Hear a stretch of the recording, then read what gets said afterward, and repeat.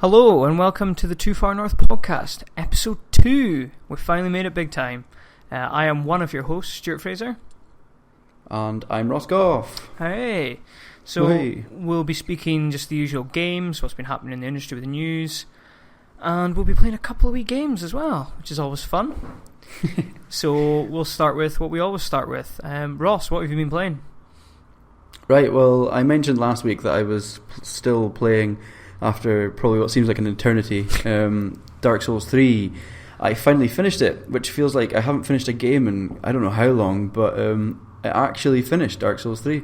So that was like the highlight of 2016 for me. That's amazing. It's such a long game as well, considering you're so valuable with your time. It's such a great one to get under your belt. Yeah. What was it? 69 hours, I think, and something. Just Sexy. Under 70 hours. That's some sexy hours. Sexy hours in there. So, so that was really good. I'm quite happy with that. We can probably talk about that a bit later, but that was probably the biggest thing I did this week. Among that, because of Dark Souls 3, I stuck Bloodborne on afterwards because I'm about halfway through that, and I've got the urge to go back in and try and tackle it, but I didn't get much time to do that. I just kind of tried to get acquainted to the controls again and realised that I genuinely think Bloodborne's probably the hardest game in the From almost Souls series, but that's for another time. We'll be discussing the From games a bit further on, but we'll get into them for our topic this session. So on top of that, though, I dabbled in Pokemon Go like many other people the world over. That's been the hot topic of today. I've been talking to loads of different people about Pokemon Go. It seems to have, I think with the American release yesterday, it's kind of blown up a bit today again. Yeah. I mean, it's still not officially out here, but... No, I'm still waiting for it to come out officially so I can kind of be like, yay, it's actually out in the UK. I'm guessing, did you download an APK? Just the same as I did, I'm guessing. Do you know what I found funny? There's been so many websites being like, oh, there's a workaround to get the Pokemon game early. And I'm thinking... Right, I guess it could be classed as a workaround, but people install apps on their Android phones through APKs all the time, like as standard. That's what an app is. It's basically. So I find it funny that I guess it's just because they don't. These outlets probably don't usually, but I think as well. A lot of people have iPhones, and for iPhones, you either need a jailbreak iPhone or you need to now jailbreak it. It really is a workaround for an iPhone. Yeah, I've seen a few people on their iOS device going, "Oh, I can't play it yet." So that was that. Oh yeah, actually, one other thing I played this week was Overwatch. Oh, did you? On my laptop. Oh, amazing! I didn't know you got it. Yeah, I thought I'd keep that one from you. That's so good. I'm gonna have to get it now as well then. Yeah, I actually had a lot of fun. Because basically my laptop had been playing up with the graphics card and I managed to sort that. So I managed to get Overwatch going Overwatch, it was great actually. Like you told me a while ago, I wasn't sure how it would run, but it runs perfect. So I had a bit of fun on that. I love Overwatch. I genuinely don't think there's a shooter that's so less focused on winning but more teamwork and just kind of having fun. Even if you're losing, you feel like you're having fun. Yeah, and it's funny because when I was playing it, I haven't played an FPS or anything on a PC for I don't know how many years, but when I started playing it, it made me realise how much better it is. Yeah, you really do. Using the mouse and keyboard, I was totally destroying the place, and for the past couple of years, any FPS I've played on my PS4 I've been pretty mediocre at best. So I was having a great time on it, and I really enjoyed it because of that. I think as well, it was really great to see Blizzard reacting to different console balances and PC balances. So there's a character who can build a turret, and he's going to get nerfed on the consoles, but not on the PC because with a mouse and keyboard you can react quicker. Yeah. So I think it's great to see two different Overwatch is just getting really well looked after for ongoing content, which is exciting. It's a typical Blizzard affair, isn't it? Their games are so well polished. They know what they're doing. But yeah, that was my extra little bit of gameplay edge this week. Was a bit of that, and I really enjoyed it. That's amazing. I'm probably going to buy it now. Death from Magnet. When this might turn into an Overwatch podcast before we know it. Overwatch podcast. Yeah. But yeah, so that was me this week basically in the time that I got. So nice. How about yourself, Stuart? Well, for those who maybe don't know, which I think would be maybe impossible, it's Wimbledon, and I love my tennis, which means the TV's got tennis on 24/7 pretty much. So for me, that means I really turn to my handheld games. So that's I picked up Box Boy, which is the duly named sequel to Box Boy. A big fan of the original. It's so simple. Basically, create boxes and traverse 2D levels, and the less moves you do it in, the more you get rewarded. It's fun. The difficulty scales really well, and it's just a really nice, simple line design. I think it's just really fun. It's just really nice to see, a small puzzle game that you can jump in and out of. It makes you quite happy. My Box Boy wears a cape, and it flutters as you run and stuff. Just stupid things like that. I think they're great. So if you have a 3DS, I'd really recommend picking that up. Or even the first one as well. Just pick the first one up, actually. Yeah, absolutely. Yeah. And the sequel, you can now generate 2 sets of boxes, and that's the big thing. And there's some really clever puzzles where you have to make a set of boxes, but then use another set of boxes as like a jack to lift them high. Just clever little puzzles like that. It's brilliant. That's pretty cool, yeah. But because I was on the eShop, and because Thursday for me was payday, I also decided to pick up Pocket Jockey, which I have played way more than any other game the past 2 weeks. For those who don't know what Pocket Jockey is, it's essentially a horse racing game, but your character's not good at racing horses, so he plays solitaire, and that makes the horses go. It's ridiculous. I know it sounds ridiculous, but it's so addictive. You're so sitting there thinking of that description, going, "What?" Yeah. But it looks like it just looks funny. It's the Pokemon company, isn't it? It's Game Freak. That's right, Game Freak. As they've been doing their little, when they went on their initiative with Harmonite that came out a while back, where if anyone in the company has a good idea for a small game, they would seriously consider it, and if it took form and was fun, then they would just go ahead and make it and release it. And it sounds ridiculous, but there's a little bit of, so you got the card aspect, but there's almost like a puzzle aspect as well, in terms of how you should be racing, where you should be positioned. And it's funny. I think the humour keeps you going. Yeah. I think there's a bit right at the start where he's asked what he likes, and he's like, "I like horse racing." He's like, "What else do you like?" Croissants. It's just really stupid. But wacky Japanese. Yeah, and the horses have like massive heads and massive bodies and tiny wee legs. The aesthetic's really good, but it's a lot of fun. I know it sounds ridiculous, the games I'm talking about, but Pocket Jockey, a lot of fun. A lot of fun. A lot of love for the small games. Yeah. Handheld games this week. Big time. Like you as well, I've been dipping back into Bloodborne. I'm a much bigger fan of Bloodborne, I think, than maybe most people. I love it, absolutely love it. So I'm now polishing off the couple of things I haven't done. I've now finished all the side quests, got all the weapons, all the tools, and I literally have a couple of extra bosses to finish, and that's it. Done. There's literally nothing left for me in the game to do, so... You have conquered Yharnam. Yeah, big time. Dipped into Warcraft, and I also dipped into Dishonored, but I just got overwhelmed and turned off. Yeah, I don't think I'm ever probably going to play Dishonored. I know. It's kind of upset me, because we talked about it on the E3 podcast, me thinking I want to go back into it. So I picked it up in the Steam sale for like £3, delighted with myself. And then I started playing it going, this is great. I'm not very good at it. Maybe I shouldn't get Dishonored 2. And I've kind of just gone like full circle, like really put myself off it. Yeah. But yeah, it's been a good week actually. Mainly because I've been watching tennis, but also because I can watch tennis and play Pocket Jockey. It's been a good couple of weeks. Well, I was just relieved because when I finished Dark Souls, it took me, I don't know how long it took me, but basically I was just sitting there with the controller thinking, I've got to turn this off now. Oh, did you get I don't really want to, because I've played this game for 70 hours and I enjoyed it, so I'm a bit sad that I have to turn this off because I don't really have a massive reason to play it anymore. So that was a bit of a weird one. I was like, oh, bye. Yeah, I hate that. Like like when you play a massive game and you've reached its end, you're like, oh, okay, bye. Like, yeah, as you said, it's kind of like a bit of an empty feeling. Yeah, it's weird. I mean, I hope other people get this. I hope it's not just me and you. Yeah, there'll be people that it resonates with. Yeah, it's a weird one. Yeah, I haven't felt that for a while, but I think the original Dark Souls really did that to me. Just real empty feeling, thinking, oh well, it's all done then.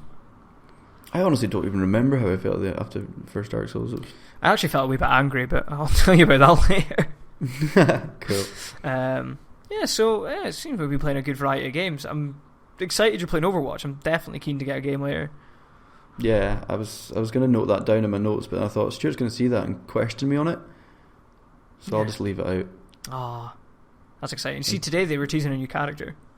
Yeah, and I've actually followed that before, because they've been kind of making breadcrumb trails for this character for a wee while, and they revealed a picture of a weapon that one of the characters in the game had made, and like they were talking about certain things, and everyone's theorising that it's that character's weapon, and therefore we might get the character soon. Well, no, they're thinking, because there's one called, I think it's Samba or Sambo, I can't remember what he's called, but they now think it's maybe not that, but there's a picture of one of the character's mums who's got this big rifle, and that would link perfectly. It looks like... I thought... Yeah. I couldn't remember, but I thought it was it Farah's mum? Yeah. It was Samim, I can't remember. I thought that was her name, but I don't know. I don't remember, actually. It's exciting. It's great that other people do this for me, because I cannot be bothered theorising. I don't know if you saw the whole Resident Evil 7 one, where there's an item you get. It's a finger, but nobody knows what it's for. Yeah. And the internet's gone mental, gone absolutely batshit crazy for this. It's so cool, though. I love that kind of stuff. The whole gets the world talking about it type thing. Yeah, like that Majora's Mask cartridge. Yeah, the haunted cartridge. That's so good.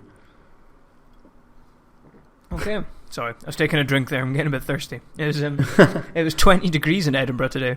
Fuck that! I know. It was hot here. It was humid here, but I do feel a bit sweaty and smelly right now. I love it when we share.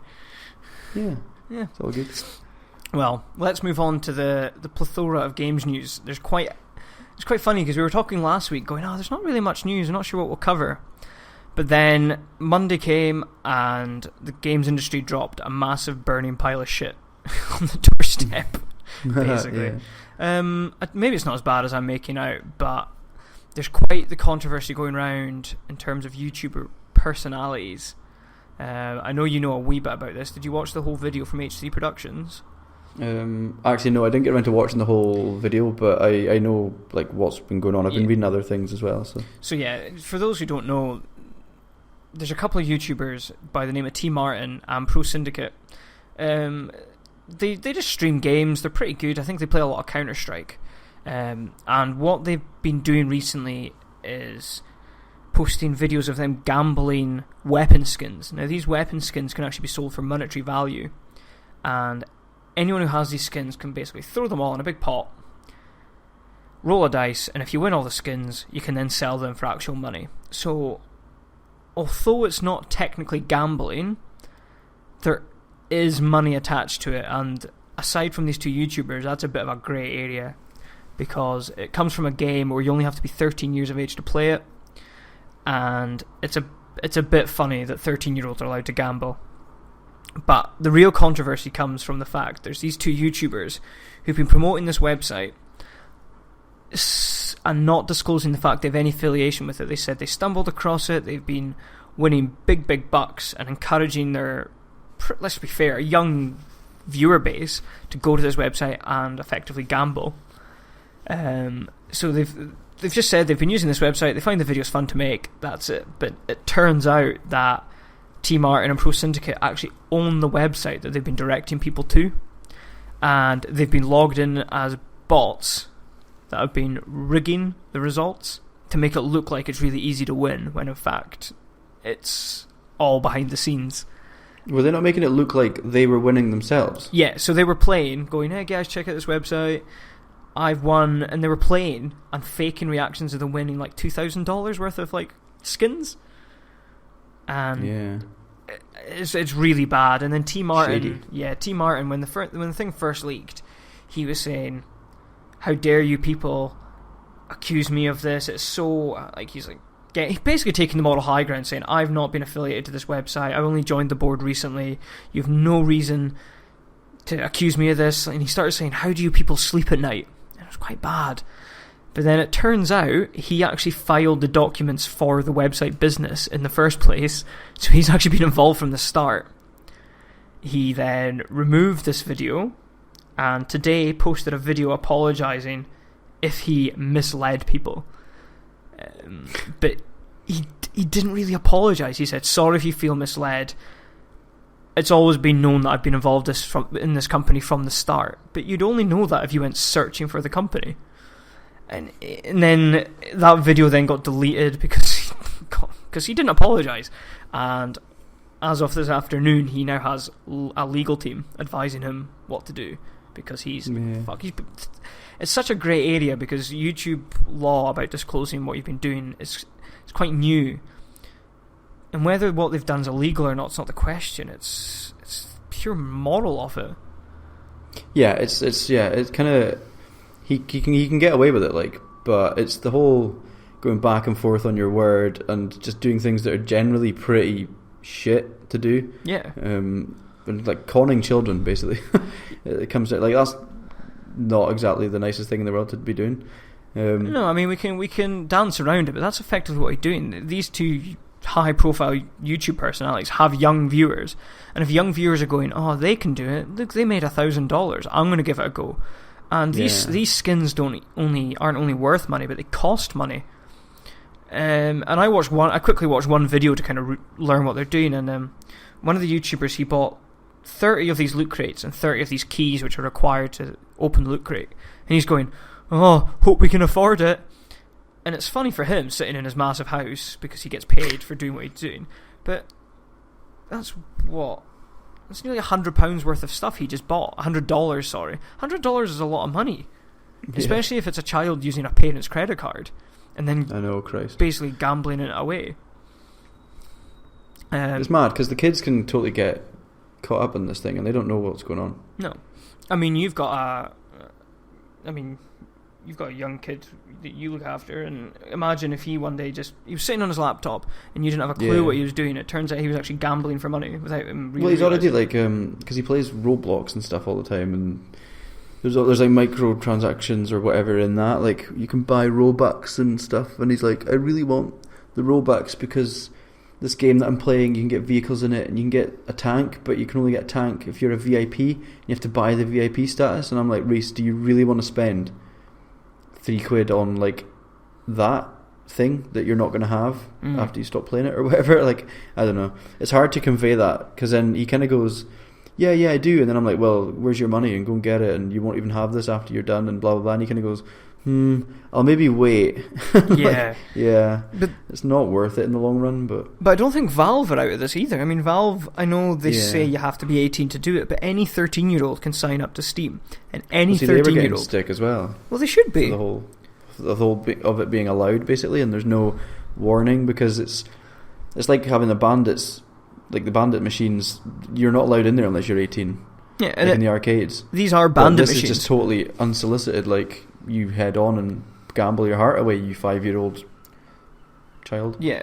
So I think, although these guys are at the centre of it, and they probably should be, after what they did, misleading people into thinking that they're winning big bucks, when in reality it's pretty bad. It's all work behind the scenes. But I think Valve really need to step up and do something about this, because it's a bit dodge. I mean, I know Blizzard do it with their loot crates, but you can't sell the virtual items you get in their loot crates in Overwatch. Some of these are worth crazy amounts of money. I mean, I've seen one. It's like Magnum Desert Eagle skin, $25,000. Bloody hell! I know. You might start playing Counter-Strike Go. Yeah, it's buying all the the skins. But then one other YouTuber came out. His name's KSI Syndicate, and he said, "In light of all this, I was given skins and $2,000 and told to go gamble on a website, and he didn't disclose it. But there's a difference between he actually did gamble, although it didn't cost him anything, to these other people who have basically lied for a profit, and it's bad. It's really bad. It's a bit bad. It's pretty bad. Yeah, so that's it. That was the real big news, and it's still unfolding. Yeah. T. Martin, Pro Syndicate's been lying low. I'm guessing he went straight for legal advice. This T. Martin guy just keeps popping up and going, "It wasn't my fault. It's your fault for not digging into my company and personal affairs." Yeah, and changing like biographies and stuff to highlight the fact and then not highlight the fact and blah blah blah. Yeah, very contradictory statements. So today he had lawyers speak for him, and I think there will be a public statement from both of them very soon. Yeah.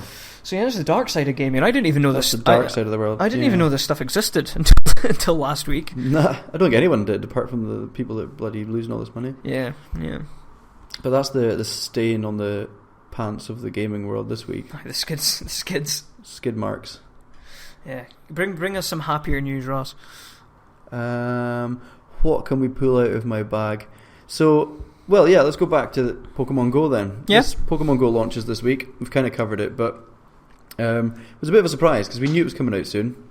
There was some coverage at E3 in the Nintendo Treehouse, and to be honest, people have been getting a bit, it's not exactly what I thought it was going to be, but for people who had played Niantic's last game, the Google game Ingress, they knew exactly what it was going to be, and I happened to play that when it was out, and it's basically the same thing, kinda, with a Pokemon skin, but not quite. I don't know. It's got its unique points, but yeah. So Pokemon Go came out, and it came out in New Zealand and Australia first of all, and people went wild and started downloading the APK file that we spoke about to install it manually on their phones, and the world joined in basically, and.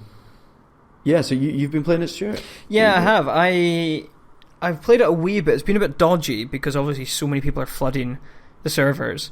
But it's exactly what I thought it was going to be. It's a game where you walk around and catch Pokemon. I think I caught Squirtle for my first Pokemon, which for those who know me, I have a very personal attachment to this virtual animal. So I felt really nice about doing that. And then I tried it a bit today, but nothing really appeared for me. I think maybe it was just a bit... servers were a bit slow and loading and things. But it's fun. It's exactly what I thought it was going to be. And it's fun to see other people playing.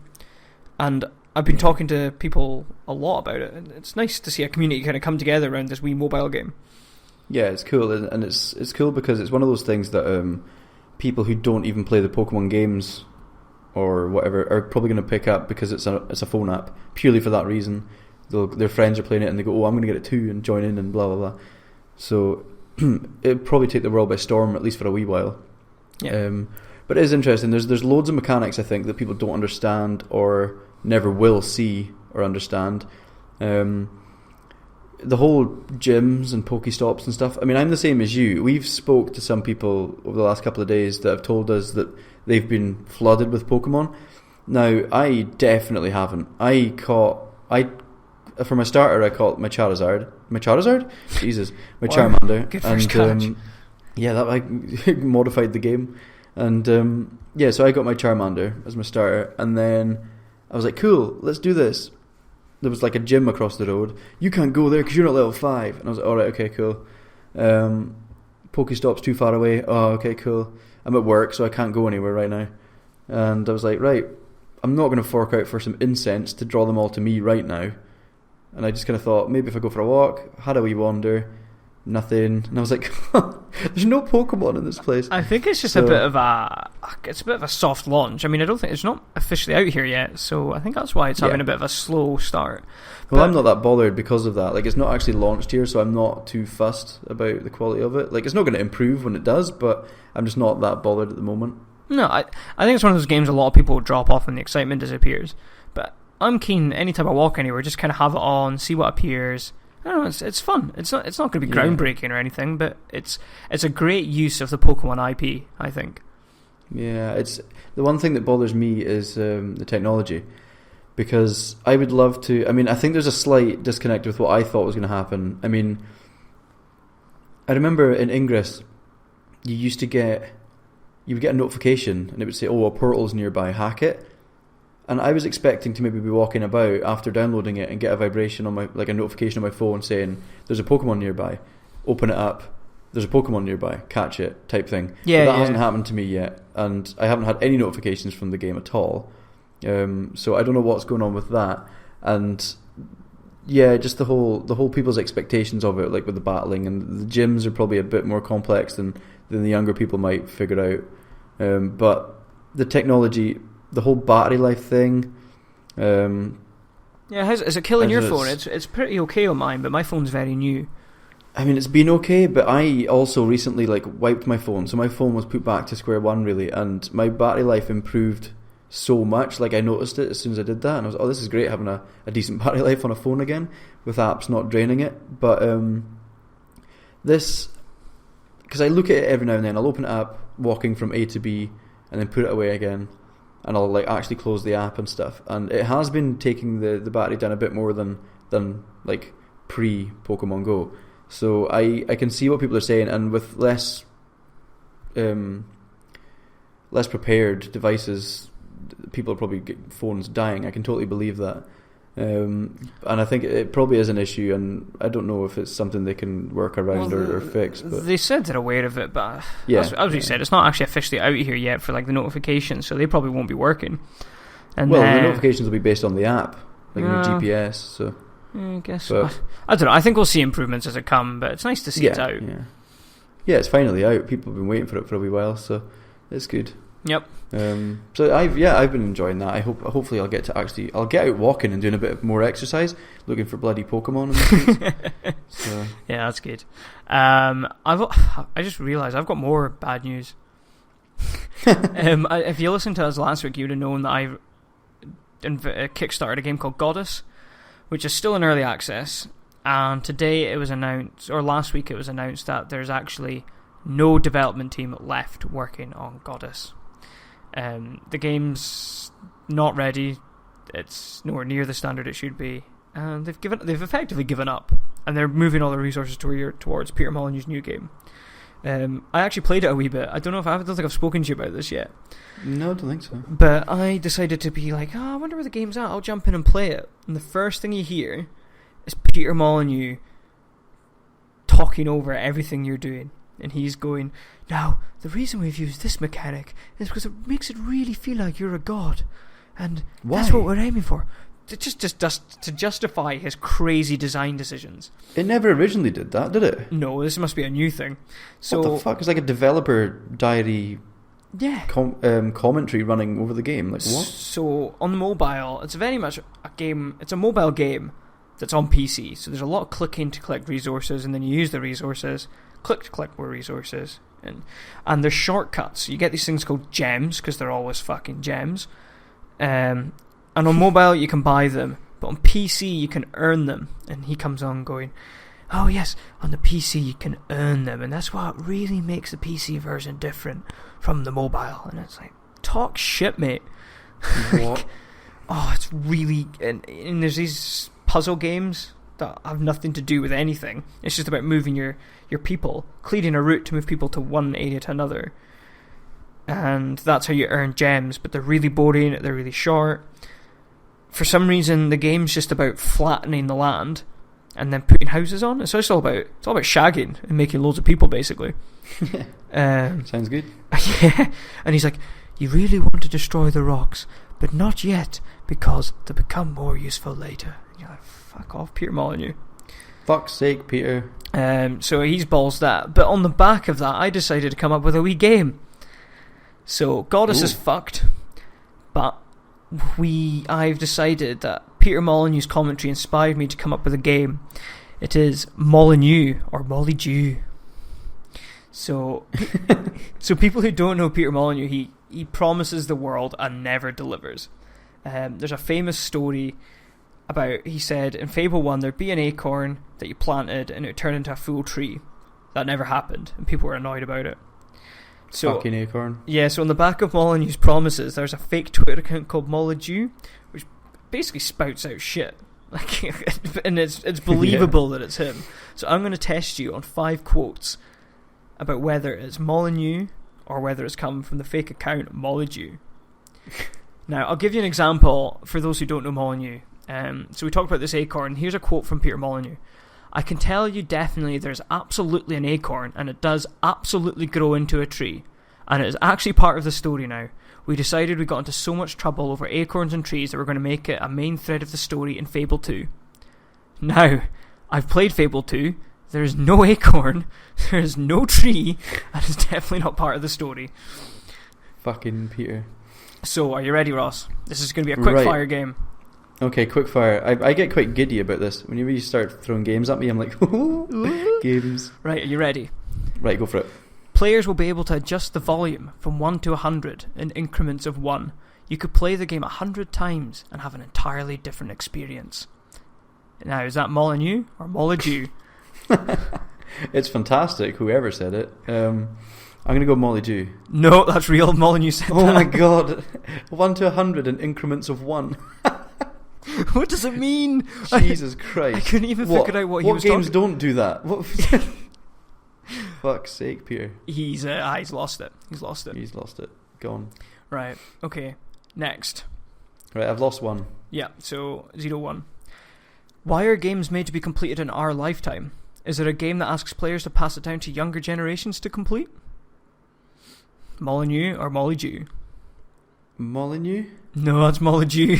Oh, for fuck's sake. That actually sounded more sensible than the first one. Jesus. Oh, he's a fucking bam, isn't he? God's sake. Okay. Right. Okay. When people say they didn't cry at the end of Fable 2, they probably played it wrong. Like, someone was probably using the vacuum in the same room or something similar. Molyneux. No, that's Molyneux. Oh, fuck. This is a hard game. This isn't it? That just shows how much balls he talks, doesn't it? Yeah, he's got his mouth full of ball sacks. Right. The next two are kind of related, so you can decide whether it's Molyneux or Molyneux. I used to have this chat-up line, my only chat-up line. Imagine you're walking on a path. What's the path like? Imagine you go to the woods. What does the forest look like? Is that Molyneux or Molyneux chat-up line? Molyneux. Yeah, that's real. That's real. That has to be Molyneux. I wonder how he ever pulled his wife. Like... I don't know, with great force. Great force about... Oh, I see those woods over there. Do you want to see what they look like? What does that path look like? I don't know, fucking path. Lie down on the path. Lie down, dear, lie down. Right, so you're 1 out of 4. Let's see if you can redeem it a wee bit. Right. It's you Americans. There's something about nipples you hate. If this were Germany, we'd be romping around naked on stage. Oh, dear. Molyneux? Yes! Yay! That's a real quote. He was talking about... he also had one about how he will never forget the moment, or he can't get out of his head the idea of him holding a German sausage above his head. Can't stop dreaming about it. Yeah. So there we go. That is Molyneux or Molyneux. Molyneux or Molyneux. The acorn tree. I feel like that was like a Persona 4 Juness jingle there. Oh, yeah. Yeah, that'd be lovely. I would like one of them. Yeah.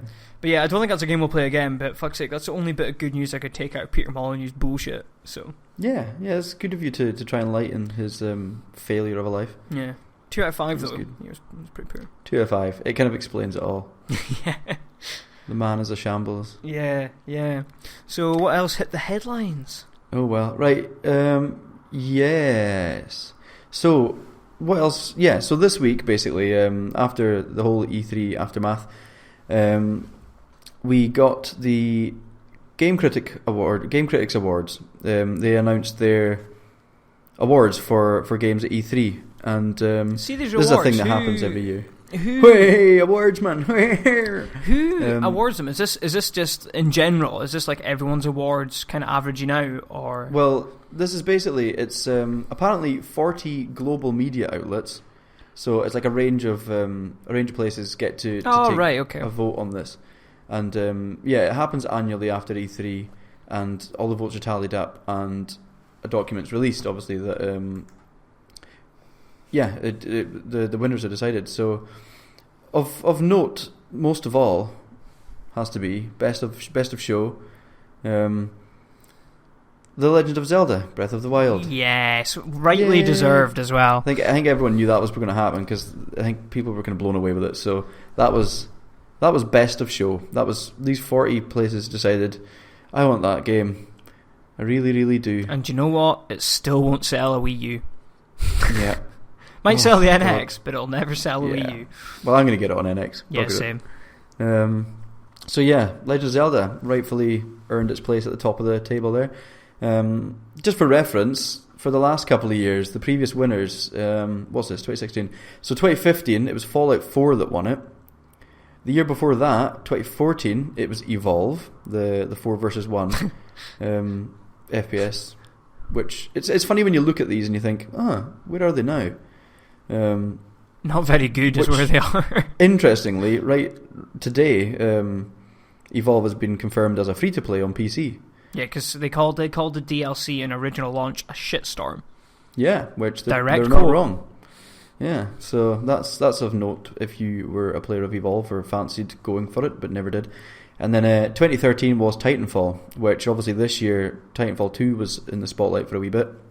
But yeah, there you go. Legend of Zelda: Breath of the Wild, best of show. Another interesting thing though is the fact that that's not the only award Zelda won. It also won Best Console Game. Did it? Yep, Best Console Game. See, I haven't read the list yet because it's really long. It is really long, and it's so long that I can't find the third award. Oh no, I can. Best Action Adventure Game. Ooh. So my goodness. There you go. Zelda's raking it in. I think it was the only game to win multiple awards. That's hilarious because it was all a whole thing. Nintendo are only taking one game. That's shit. And it fucking wins sweeps 3 of the awards. Yeah. No, that's funny. But yeah, so the list's out there to see. You can see where you're if you were hoping games to win certain things, but there's certain ones that I think we are interested in. There's Horizon Zero Dawn got Best Original Game, which is pretty great. Yeah, that's a good award. Interestingly, Batman Arkham VR got Best VR Game, and you wouldn't know that from the trailer they showed at Sony's conference, but people's hands-on time with it was apparently really, really fun. Right. So that's something to look forward to, where you actually can be the Bat, and I think you can be Bruce as well. Just a bat. I don't know. You just fly into Bruce's fate. You know at the beginning of Batman Begins, when he's in the well, fucking flying about. Flying about, and a wee boy jumps on your family, and you're like... But yeah, so that's Arkham VR. That's best disclosure. peripheral. That's not what it's like. What's that? That's not actually what happens in the VR. Oh yeah, scratch that. Talking shit. So yeah, best hardware peripheral, PlayStation VR, which is cool because I think there was some mixed... Well, no, it does look good, and it looks like it's got good support. So we'll leave it at that for now. It's a while off, yeah. We'll be revisiting that one. Yeah, so... talking about E3, actually, I pre-ordered my Xbox One S. Oh, yes, you did. You did do that. Yeah. Happy days. When are you supposed to get it? 30th of August, which is great, because it's a payday. Payday. So there's no worry about... Xbox One S, nope. Yeah, that's always an embarrassing moment. I pre-ordered it, and there's some really good games with gold coming up and stuff. So yeah, I'm excited. I'm really excited about getting it. There's a good... we can maybe go into that in a minute, actually, just for people who are aware, I think, that there's some decent games out. On your free platforms, well, free in quotation marks if you can't see me, because they're not really free because you pay a subscription. Just like gambling, you don't really win. It's like gambling on YouTube. On YouTube? I don't know what I'm saying anymore. Let's move on. Best role-playing game, Final Fantasy 15. That's an interesting one. I don't know if there's many other role-playing games there, though. I was going to say, yeah, it's pretty loosely role-playing, isn't it? Yeah. It is still Final Fantasy, but it's quite action RPG as well, so whatever. Steep got a mention, best sports game. Yeah. Because it's probably the only sports game that wasn't FIFA or whatever. Yeah, or fucking Madden. Poor Alex didn't win. Poor Alex. Well, what we'll do is I'll embed the list of the full awards on the website, www.toofarnorth.co.uk, and that way you can just see the whole list. Because you've also got like family game, online multiplayer, independent. Yeah, there's a big list there. Yeah. So yeah, wee bit of news that was released today actually. Resident Evil 4 is coming out on PS4 and Xbox One at the end of August, and I think I'm probably going to buy it. You actually. I was going to say you're a massive advocate of Resi 4. I really enjoyed it as well, but you've played it much more than I have, I think. Yeah, it's one of my favourite games ever, and I missed the relaunch of it on PS3 because I didn't really feel like playing it. But then I'm kind of like, it'd be quite. It just feels like the right time to revisit it because I had all the best guns. I'd finished it completely numerous times. So yeah, that was quite cool. Huzzah! Huzzah! No, that's a good shout. Yep. But yeah, so there was other bits and bobs this week, wasn't there? Yeah, there's a few Minecraft movie scripts finished, due for release May 2019. Tetris is getting a film trilogy because Tetris is such a big universe. Apparently, it needs 3 films. Don't know. Okay. Yep. Okay. Don't know what that means. Maybe the standalone block, the thin one's going to get its own film. Don't know. I really don't know where this film's going. Who knows? As long as Adam Sandler's not in it. Yeah, nah, he's scooped up by Netflix, so yeah, whatever. He's like releases a film on Netflix every second day. Yeah. That's pretty balls. Don't know. Was there much else? They were the kind of ones that really interested me. I think what did I find interesting? Things are happening for No Man's Sky. What does that mean? Don't know. Maybe the discs getting printed. But literally, Sean Murray, your man himself from Hello Games, I think he tweeted twice just saying things are happening. So things are happening. Oh, I'd hope so. They've been working on this game for a few years now. Yeah. I should imagine things are happening because let's be honest, can't be that far off. It'd be really funny if you turned around and went, "Guys, things are happening. We finally made the second planet." Yay! Just another 40 billion to go. Hey, we haven't quite. We made the engine. Yeah, Joe Danger's in it. It'd be pretty cool if he had a cameo. He was a space ranger. Oh yeah. Oh okay. I would like that. But yeah, so things are happening. If you happen to be wheelchair bound, you can also have a wheelchair on your avatar on Xbox, which is quite nice. That's quite cool. Yeah, nice touch. A lot of people applauded Microsoft for that. They thought that was really nice. Yeah, it's nice to acknowledge that. BioShock the Collection was announced. Yes. Are you interested? Not interested? I'd like to play Infinite, but I'm not going to. So get on PC. It's cheaper. Yeah, exactly. I already own it on like 3 places, so I don't know. Oh, is that the police? They're coming to get you. They're coming to get me. I'm sitting in this room in the dark for too long. They're worrying about me. You're looking at some Persona 5 photos, aren't you? Just like, fucking censorship. Yeah. Fucking censorship coming your way, boy. Yeah, so, well, apart from that, of note might be for some people, just a quick run through since it's the beginning of the month. PS Plus, the games you can get on your PS4 are Fury, which people have been talking about. It's like a boss rush with cool looking graphics. Yep. Bit hard, bit bland maybe for some. I think I've downloaded it. I'll maybe talk about it in the next podcast, but I've downloaded it. I'll let you know what I think. Yeah, I wouldn't mind playing it myself. I've added it to the library, like all games that I don't play, so it's all good. Saints Row, Gat Out of Hell. Couldn't give a fuck. Well, I kind of want to play the Saints Row games, but I never do. They look ridiculous, but I'm not going to play it. PS3, apparently Call of Juarez, Bound in Blood. Okay, Fat Princess. Yeah, great game. Like, is there still people playing that online? I don't know. If you've got a PS3, get it. I had so much fun playing it. It is. It's good. It is good. Go and help the person that's trying to find a game and can't because nobody else is playing it anymore. Yeah. It makes me want to go on, but I don't have my PS3 here. Yeah. Yeah, I totally forgot about it. I played that for ages, actually. Fat Princess was fun, yeah. I've had a good couple of online bouts with that. And then, I don't know, Vita. Who plays their Vita anymore? I don't know. I think we might have one. Bloodlines. I think we might have one listener who still has a Vita. Yeah. And it's not you. I think we have more than just you. Yeah. The last time I played it was when I tried to remote access something. And it didn't work. I like how you said tried. Yeah, it just didn't work. It failed. Something was up with my connection. Back in the drawer. So, yeah. Oreshka, Tainted Bloodlines, and Prince of Persia, Revelation are there for you avid Vita gamers sitting on the toilet. I wish the Vita succeeded. I thought it was a great console. And Persona 5 Golden, for those who don't know, and if you have a Vita... Persona 4. Persona 4 Golden, sorry. It's only a $5 right now, and you should just go buy it. It's one of the best games ever. Wee. Certified Too Far North, one of the best games ever. It is good. It is actually really good. Oh, it's incredible. It's absolutely incredible. I was just going to quickly check there because I've totally forgotten what you get on Games with Gold for anyone that was interested. There was a really good one. PlayStation. It wouldn't be fair. Oh yes, Banner Saga 2. Yes, that's a cracker. That is a cracker. Cracker and a half.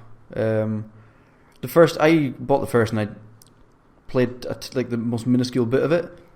See, it was one of those games that I thought was bloody awesome. I just didn't give enough time. I don't want to play it. I want to watch someone play it because it's so pretty. Yeah, it is a nicest looking kind of strategy. Yeah, it's kind of like Disgaea, these like square strategy turn-based. All your squares, the squares you can muster. Well, there's probably maybe a bit more like Fire Emblem, is it? Because there's a lot of story involved.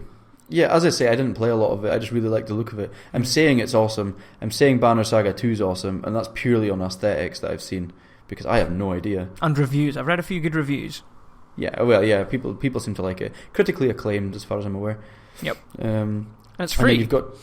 Yeah, well, it's free. If you've got Xbox Live, batter on. Gold. If you've got Xbox Live Gold or whatever, batter on.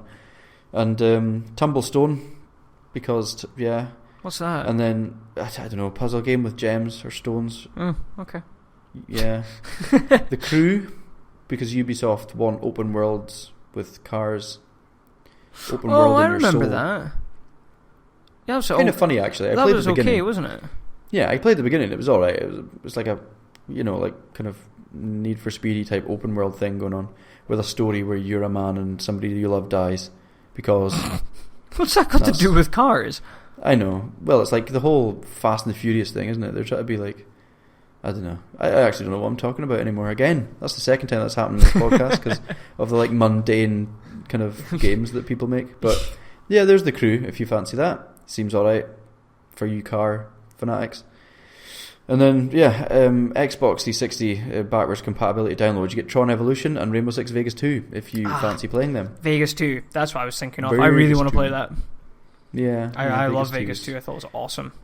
It's up there for people. Well, actually, I don't know if it's awesome. I liked it. I don't actually know if it was any good. That's another one I very briefly played. All I did was play the terrorist hunt mode, which is great because that's effectively what Rainbow Six Siege is, but online. It's the best part. The story. There's a story about a big bomb in Vegas and something. I don't know. The story was crap. Bombs in Vegas. Yeah. Yeah. So so there's your free games of the month. Plenty to play if you can't afford anything. Yeah, that's really the great thing about PS Plus and Xbox. You pay your 40 quid a year or 50 quid a year, whatever it is, and you get some really good games out of it. Yeah, you really do. You get a massive collection already. Like, you build it up. Just remember to download them or add them to your library. Yeah. Because I've spoken to too many people that don't realise that, and they miss every month.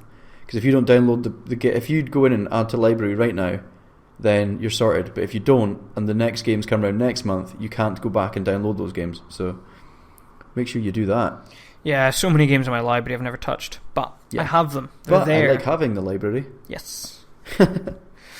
Oh, well, so I guess that's the news from the past couple of weeks. That's the news, I think, yeah. Yeah, aside from the big gambling controversy. Gambling controversy was the dark hole cesspit. Yeah, it's really just been general, this coming out, that coming out. Things are happening. You can finish off with Witcher 3 Game of the Year edition's been confirmed. Yeah. So if you're kind of like me, I would like to play it. I haven't played the first two.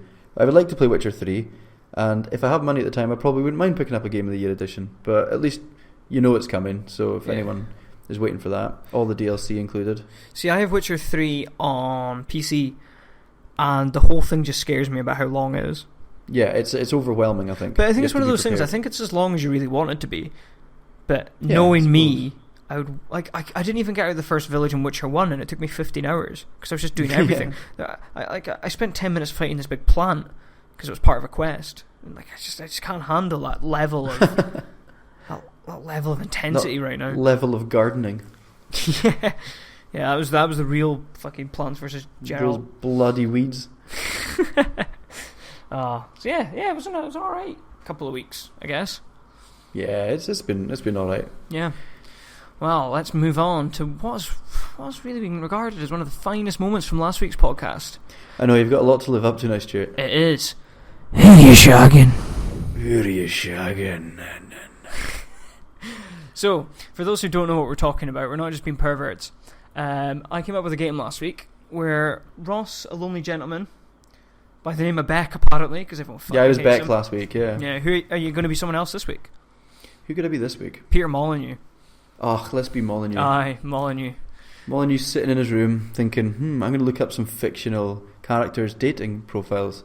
Yeah. Because I'm that weird. So the premise is that you've joined a dating site and you've got to read date's profile because there's no name and there's no picture. And from that profile, you've got to try and figure out who it is you're going to be shagging that night. Hey. So, again, I've written it. Don't think it's very funny. But let's see if the jokes are there. Let's see if the jokes are there. Now, are you ready? Ding ding. Right, first one. I left home at 12 and I've never looked back. Since then, I've reached the top of my chosen career, brought fossils back to life, and even put an end to organised crime in the region. All that is left is for me to grab a wee Pikachu. Now, this is curious. Why is it curious? Because am I... Wait. 12. Am I red or... No, you're well, I suppose it's meant to be who you're shagging. I just said Ash. You've got it. It's Pokemon Trainer. Pokemon Trainer. But he's not 12 anymore. Sorry, yeah, when I said am I didn't, I meant am I shagging? Aye, but he's not red, 12 anymore. Blue, Alpha, what the fuck, Alpha? I can't remember, all the Pokemon Trainers. Let's go for Ash, because he's a master in many regions. It is Ash Ketchum. Ash Ketchum. But really, it's just Pokemon Trainer, but aye. There you go. Peter Molyneux and Ash Ketchum hooking up is a terrible, terrible time. Yeah, that's pretty much what Milo was. Let's not forget Milo. Oh, he did try, didn't he? He did try. Definitely took his dick out in front of that screen. Oh, God. Oh, God. He got his lion head out. Dirty bastard. Oh, God. Oh, God. Right, let's move swiftly on. Woo! Jesus. Right, one down. Yep. Yeah. Right. There's nothing I'll love more than taking a hot bath after a long day at killing beasts. I'll be honest with you. I totally love shagging. In the clouds, on the back of the horse, it's all the same to me. Just don't expect me to see me again after the deed is done. Oh no. What do you mean, oh no? My head's like swimming. I'm trying to think. Loves shagging. No, pure love shagging. Who pure loves shagging? I think everyone, but this guy in particular. It's really upsetting me because I feel like this is the kind of one that I'll know, like... Aye. In the clouds. Like, what the fuck? What was the first part again? There's nothing I love more than taking a hot bath after a long day of killing beasts. A hot bath after a long day of killing beasts. Shagging on the ground and in the clouds and stuff. In the clouds, on the back of the horse, it's all the same to me. Oh, wait, what? No, getting ahead of myself there. Right. In the clouds. You gonna pass? I think you're gonna have to tell me this one. It's Geralt. Oh, see, I was gonna say, what's the clouds? Oh wait, is that another fucking... In the DLC, he's shagging some women, and for some reason they're like flying around the clouds and stuff. Oh, damn it. Sorry. And there's the picture of him in the bathtub. Yeah, all the time. Yeah, oh, yeah. That's what I was going to say, and then I thought, nah, what clouds? Do you know what actually flickered through my head at one point as well? What? Is Pitt from Kid Icarus, and I was like, what? Why? Why is he shagging? Because he goes to, like, Palutena's baths or whatever after he's killed loads of beasts. And then I was like, but where does all the sex come from? Maybe you're invited back to her baths. Yeah, well, let's be honest, he wouldn't say no, would he? Yeah, let's go. Geralt. Yay, let's do it, Palutena. Get my fucking big bow out, eh? Boys. Right. Oh god. Right, Geralt, yeah. So, right, yeah, that makes perfect sense. I'm upset I didn't actually just take a punt there, but... Now, this one, cool. I don't need a name for you because I don't think you'll remember her name. But my key interest is studying ancient technologies of those who've become extinct. I'm actually 106, which might seem old, but I've not really reached full adulthood yet. Despite this, everyone seems obsessed with trying to shag me. Filthy cunts. Currently working as an information broker at an undisclosed location. Come find me. Oh no, these are not... they feel so hard. 106, that's the thing. See, I tried to make them a bit harder because you got them really easy last time. Yeah, they are hard this time as well. They're quite tricky. They're probably not for people that are listening, but... Here. Are they hard? Are they hard? Are you hard? I'm not going to answer that. Fucking 100... It's like a young... It's really annoying. I think my head's just not working today. Yeah. It's been There's something that's in my head that I'm thinking there's a younger girl, but she's actually ancient type thing. No, I'm trying to think. Yeah. Sort of. Ah, fuck. Nah, I'm just going to have to pie it and... Yeah, okay. It's Liara Tassoni from Mass Effect. Oh, fuck, okay. So she's the blue alien. You know how everyone was obsessed with having sex with the blue alien? I know Liara, but I'm not overly familiar with her, actually. So, yeah. No, I would never have guessed that. Yeah. I was trying to put something in about her being blue, but... I don't know. But how filthy is Commander Shepard? Like, she's like, I'm actually only 16, and he's like, fucking yes. Get in, son. Filthy bastard, eh? Dirty bitch, Shepard. So I no pure shagging Sonics this week. No Sonics this week. Right. Next. My work... Or is that 3? What? 1 out of 3. Yeah, 1 out of 3. 1 out of 3, okay. So, my work means I have to travel a lot, but I'm really looking to settle down. My work colleagues hate me, and I'm pretty much considered the screw-up of the team. I recently started my own business with my uncle, but people really didn't seem to like it. I'm pretty smart, and all I really want is for someone to love me. 30s preferable. Why is it always furry? It's always furries. Uncle. Father Uncle Ferdy. I'm really struggling today, Stuart. Oh no. It's a real struggle. Who's a furry bastard with an uncle that's got a shit business? A certain someone. But remember, furries are preferable. Furries are preferable, so it's not necessarily that they're a furry. I think they are. I Okay. think they'd be into it big time. Business with Just really weird. Like, I don't think I've got it. The only person I can think of that popped in my head for some reason was Slippy Toad. Hey, you got it! Yeah. See, I just thought I need to say it this time because I'm gonna not say it and then lose, and it was. No, I'll give you. Yeah, absolutely. I definitely think he's into furries. Yeah, definitely. He hangs about with them all. Yeah. Whatever happened to Crystal, by the way? Did she not start? Was it not her that kind of started the whole furries thing? Because I didn't really hear about it until she came about, and it's fucking horrid.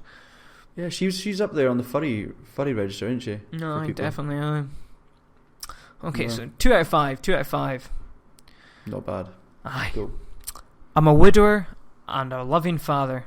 I work the night shift though, and it's pretty gruesome work, but someone has to do it. I'm a full-fledged member of the church, and I don't really like music, but I do sometimes like to get really wild. When the mood strikes, I go full beast mode. You better watch out, because I'll tear you the fuck up. Who the fuck is this? Member of the church, full beast mode.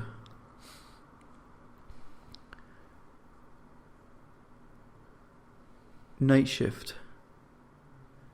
Oh. Yeah. You're... Fuck knows. It's not the Pope. And it's not like the Hunter or something. No, it's an actual character. I did think about using like people like that, but no, it's an actual character. So night shift. Who's on the night shift? Where's the fucking shifts? Here is your mono on the night shift. Your mono on the night shift, man. Oh man, I'm gonna have to. I don't think I can get this one either. Pass. Pass. It's Father Gascoigne. Oh fuck! So I was nearly there. Yeah, you were on the right track. So Father Gascoigne fucking murders his wife and runs away from his child. That's right, mad bastard. Aye, so that's who you're shag. Fucking, they got you bad. You chose no, kind of down the middle, I suppose. Do you know what? Doing this has made me realise, like, it's quite difficult. to think of characters, but it's also really difficult to get female characters. This has really highlighted the whole problem of female characters in games for me. I think, yeah, you said that last time, didn't you? Yeah, but really badly. I was like, who can roll shag that's not a man? Yeah. Turns out it's hard. Interesting. So who, like, go through them all then? Who all did we have there? We had Pokemon Trainer, Geralt, yeah, Liara Tassoni, yeah, Slippy Toad, and Father Gascoigne. Dear God. If people don't know who Father Gascoigne is, we'll put a picture on. Yeah, of his snarling beastie teeth. Yeah, he's a messy fucker. Aye, he would tear you up big time. He's a dirty boy. He's a dirty boy, him. Aye. So there we go. Just Just make sure you've got your music box with you. Aye, that's your safety word. When he gets the S&M gear on, go whip out your wee music box. Music box. Oh, safety. Aye. So there we go. 2 out of 5. That was good. I think we'll be taking a wee break from Who You Shagging. I think you've been pounded enough. I've pounded enough. I'm sure it'll return. It'll return one day. Absolutely. I need to think of better jokes. No, I can't even imagine how hard it is. Like I was going to maybe try and do some for you, but I didn't get around to that. You'd have to sit down for like a whole day and write them. Well, I was writing in my car, and every time someone looked past, I was like, oh, don't judge me, even though they definitely couldn't see what I was doing. I felt really dirty just sitting in my car. The judgment is heavy. It's a heavy burden, that's why it's taking a break. Yeah. It's a heavy burden writing shagging things about characters. Heavy burden. Okay, so that was Who You Shagging. Right. Bam, bam, bam. Let's finish up with our topic. So last week we discussed Kickstarter, pros, cons, talking about Kickstarter actually, quick one. I kickstarted some socks. Oh, yay. So I think that maybe beats your pen. Maybe? Like, yeah, I mean, they're maybe about level. Do you think? I'm not too sure. No. Team Pen. Hashtag Team Pen. Hashtag Team Pen. Well, I'm going for the fucking socks. So. No, the socks actually look really cool. Yeah. This week we're gonna, with you finishing Dark Souls 3, we're gonna be discussing the Souls series in general. I did ask for some people's anecdotes, but all that happened is everyone favorited the tweet, but nobody actually gave me any stories. So, as you do. Effectively, fuck you guys. Fuck you guys. Fuck you guys. Does anyone have any things about Souls they want to talk about? It's too fucking late. Hearts, or likes. It's like, yeah. It's like, oh, who's in town tonight? Like, are you in town tonight? I don't know. Does that mean yes? Fucking use your social platform correctly, you knobs. Yeah, so now that we got that really aggressive towards the general public right now. I apologise. No, I don't. Okay. Well, no, I do. I just think it'd be good if anyone who listens, just get involved. If you want to email us or tweet us or Facebook us saying Souls games are shite, fuck off, then go for it. It's all about the communication. It's all about the communication. Yeah. We're just going to discuss the Souls series. We'll leave the spoiler territory to maybe... Actually, fuck it. Spoilers... Well, to be honest... Spoilers are going to be head on from now on, I would say. Yeah, probably, because like Demons, Dark 2...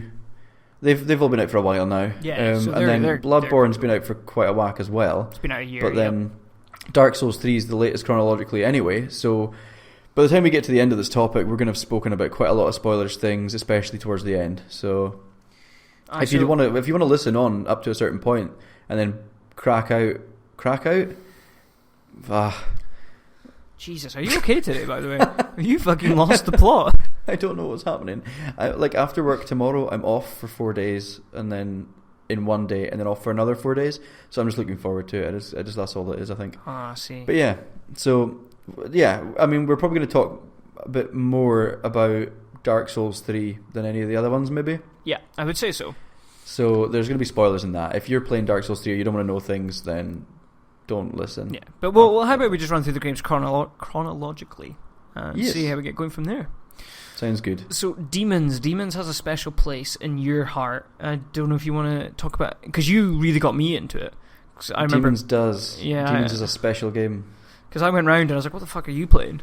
And, well, do you want to tell the story about how the fact you imported it? I didn't even know about it. Yeah, well, it came... I can't even remember when it came out. It came out quite a while ago now. But basically, it originally came out in Japan and Asian territories. and it wasn't up for a whole year or something until it felt like longer to me, but I think it's probably about a year until it came out here, or 2 years actually, maybe, I don't know. But basically, it came out in Asian countries, and I don't know how. I can't remember how I came across it. I was just looking for something else to play, and this was about the time I was into importing from my PS3, like looking for games to import, and I came across Demon's Souls, and I thought that looks kind of cool, looks different. So I just went ahead and imported the Chinese version because, funnily enough, the Chinese version had full English. I don't know what the reasoning behind that was, but yeah, why wouldn't you import it if you could get the game? Was it maybe because it was easier to translate to English than actual Chinese characters? Maybe I don't know. Yeah, I'm not sure, but there must have been a big. Maybe it was. Yeah, but for whatever reason, yeah, there was a version of the game there for everyone that speaks English and reads English to play. So. I ended up importing that, and I remember it was like summer. I can't remember if it was like during the uni days, so I was home for the summer, got Demon's Souls, and started playing through it. And this was before I could jump into forums and find out stuff, really, like as is traditional for Souls games. So it was like playing the game on launch, because when you play it on launch, nobody really knows any of the secrets, and you're figuring it out yourself, and that's part of the special thing I think about the Souls games. But basically, yeah, Demon's Souls, I imported it, and I absolutely loved it. It was really weird. It was kind of, I remember thinking at the time, it was this Japanese-made game, but it was very Western fantasy, which was unusual. It wasn't like JRPG type stuff. Yeah, it was very pretty dark. Gothic design, isn't it? Gothic, yeah. And obviously it birthed Miyazaki's modern Souls series. It was also, a lot of people don't think about this, because a lot of people, I think, jump straight to Dark Souls. But Demon's Souls came before it and basically gave birth to the concept that was the Souls games, that Dark Souls then added to. But before Demon's Souls, From Software made the King's Field series of games, and Demon's Souls was thought of as a spiritual successor to them. They just didn't want to call it a title in the King's Field series because they would be tied down to some of the gameplay that was expected from those. So that's why it was like a new thing. But I guess we can see Souls that in Bloodborne as well. Like, sorry for jumping ahead, but I guess we can see that in Bloodborne as well. Like, it wasn't just called Victorian Souls or Blood Souls or whatever. Like, you can unleash yourself a wee bit by breaking away. Just a simple thing like a title. Yeah, and it's obvious, isn't it? Because, I mean, so the biggest difference, like, Demon's Souls had a lot of stuff that's different underneath the surface from what Dark Souls and stuff was. But you can see the similarities that are there. The way the game handles is pretty much the same. Whereas Bloodborne does that. It breaks off a bit and changes things a wee bit. So Demon's Souls, the main... Well, what was it? Boletaria, I think, was the world that you started off in. Yeah, that's right. There was massive fog coming and enveloping the world, and creatures and dead and stuff start attacking it, basically. You have to defeat, I think, like the main lord of each world in order to beat the last guy. Can't quite remember. It's been that long ago since I played it, but yeah, it basically started off all the tropes you expect from the Dark Souls games as well. You start off in the Nexus. It's a really cool looking weird hub. It's got all your NPCs. It's got like your blacksmiths and your maiden woman. I can't remember what's the woman called in Demon's Souls. I don't even. Just like Maiden in Black. Is that Dark Souls? No, that's her. Because there wasn't. Because it's the Firekeepers, isn't it? Because Dark Souls. Yeah, the thing about Demon's Souls was that it actually had a hub world and had 5 worlds tailed off from there, and that's different. That's so different from what Dark Souls is. It's kind of interesting as well because Dark Souls 3 is very similar to it in the fact that you've got the Fire Link in Dark Souls 3. Yeah, and I thought it worked really, really well. You could almost imagine that being the Nexus, and the 5 thrones of the lords that you've got to hunt down are the 5... It was like tombstone things, headstones that you used to warp to each area in Demon's Souls. So, speaking about the NPCs, honourable mention goes to Thomas. Oh, Thomas, he's a lovely what was his man. name? Thomas the something. Thomas the guy that keeps your shit. The line he always said was, whenever you give him your stuff and you finish speaking to him and you leave, and he goes, "You have a heart of gold. Don't let them take it from you." Oh, he was the glint of light in a dark world. He was the loveliest man you could ever meet in that world. But yeah, so the general story was you went to these places, 5 varying land. I think it was 5. Yeah, it was 5. Or was it 4? No, because it was one 5. of the headstones was cracked. Yeah, there was 6, but one of the headstones was cracked. Yeah, cool. So yeah, that was it really, and it kind of kicked it all off. Another notable thing that Demon's Souls did that wasn't continued was tendencies. Oh, you played God. Demon's Souls, didn't you? You finished Demon's Souls, did you? Yeah, so Demon's Souls, because you're in a hub world and each world had its own headstone, you had what's called world tendency. And if you died while in your body form, you'd gain dark tendency and the world would become more difficult. Mm-hmm. So you become punished for trying to use maximum health. But then every time you killed a boss, it reverted to white tendency. So, and then different events would happen depending on the world tendency. Yeah. It was really cool. Yeah. What I used to do is if I got my body back, I used to roll off the edge of the Nexus to kill myself to stop any tendency breaking. Yeah. I know it's a bit cheaty, but I didn't care. Oh, but that's loads of people did it. You get all the bloodstains of jumping off the top of where the monumental guy sat. Oh, but yeah, like shout out to him. Thing, so fucking hardest thing in any of the Souls games is finding the guy at the very start. Oh my god, yeah. I was like, what? I thought the monumental was the huge statue above your head. Yeah, and I died trying to find it. Yeah, right up the top, looking for this thing. It's just a little old monk guy sitting on a ledge somewhere. Like, amongst loads of other ones that are all dead. Like, I just could not find him for shit. I think the key thing about Demon's Souls was that it was taken on by a relatively small publisher, but it paved the way to what we see as basically a modern take on action RPGs. It was difficult. It was pretty guideless. You didn't really know what you were doing half the time. Yeah. Just your experience was linked not only to what you killed, but if you could get back alive or not. Oh man, it was many tense moments had for me there. It was such a good. I really love Demon's Souls, and people joke about like with the whole Dark Souls 2 HD remake and stuff. I would play the shit out of a Demon's Souls remake. But I think that's what makes it so special. I think that's what makes it so special. Dark Souls 1, but is that? Yeah, sorry, what you saying? It makes it so special. The fact it was just this PS3 game, and that was it. It was a cult classic. Even people who had PS3s, very few people played it. It came out towards the end, didn't it? Well, no. Over here it did. Yeah, it came out about the same time as Dark Souls over here. Yeah, that's right. So I remember there was a guy at my work. I was like, it was his birthday, and I had a spare copy of Demon's Souls. I think it was only a tenner, and I gave it to him saying happy birthday, and he's like, oh, you're so happy. He's like, what is it? And I was like, just go and fucking play it and let me know. And he's now a massive fan of the series, but he would never have known about it. You know, it was such a small game. It was great. It's honestly, it created one of. You see all these articles that go back to the beginning of the Souls games, and they talk about Dark Souls, and every time I see that, I'm a bit like, oh, you bastards. Yeah, it's just not true. I really, really like Demon's Souls, and I know we've discussed this many times. Like, we've got different orders of what we think the games go in. But Demons is really high up on my list, and I think it is because of that sentimentality that you get with something that you were introduced to, and you play the first thing you play and stuff. And I just thought, I don't know, I just really liked it. Yeah, I think it's just so hard to. So Demon's Souls is a bit more like that, but we'll maybe move on to Dark Souls now. Yeah, which it's really hard to explain why these games are so good, and it's. Demons had a lot of it. Dark Souls had a lot more of it. It's the way it tells stories and builds worlds. So it's things like the enemies you're fighting. These enemies belong here, but why are they this way? What conspired here? What killed them? And you just start to unravel this world as you move through it. It's just item descriptions. Like, all the items you get have a description that will tell you a small bit about the item and where it came from and who it was relative to and all this kind of thing. Yeah. And like, if you could build this massive world out of all these little snippets of information. Yeah, so if Miyazaki always said his stories are based around English novels, so as we said, it's very Western fantasy is built around. But he used to say he'd read these stories in English, but he wouldn't understand it fully, so there'd be parts of the story missing. And that's where he got the inspiration for the Souls. You're living out your world, it's your story you're living out, but you've got to fill in the gaps.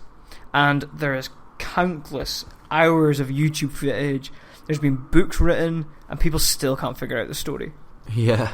Like, still. It's pretty cryptic. Yep. It's, so yeah, Dark Souls, I mean, you got on it straight on the bandwagon, didn't you? Yeah, I got Dark Souls on launch, yeah.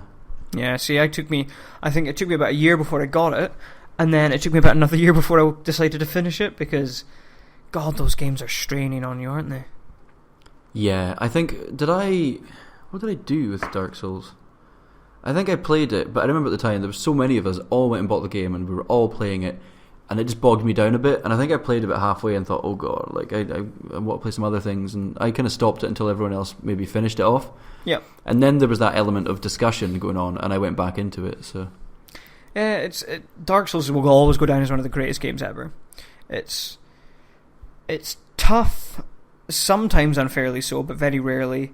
The world's beautifully realised. It's basic, but the also... world is a big thing in Dark Souls 1. Yeah, I think so. I think it's the world that really makes it. Yeah. It's something that hasn't been captured again on the other ones, I would say. Like, I mean, Dark Souls 3's got a great world, Bloodborne's got a great world. 2 I never really played, but Dark Souls 1 just has the perfect... It was like, you can't really bottle lightning twice.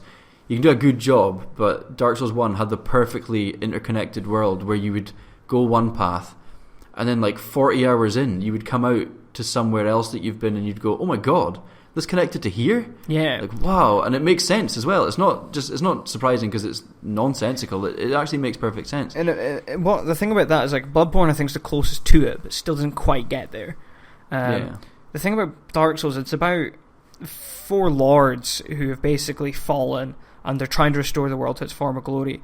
And you can see where all the lords have gone and what they've been trying to do to restore the world. So if you go to Seath the Scaleless, he's been experimenting, and there's lots of lizard men, and he's been hiding up in this big crystal palace trying to fix shit.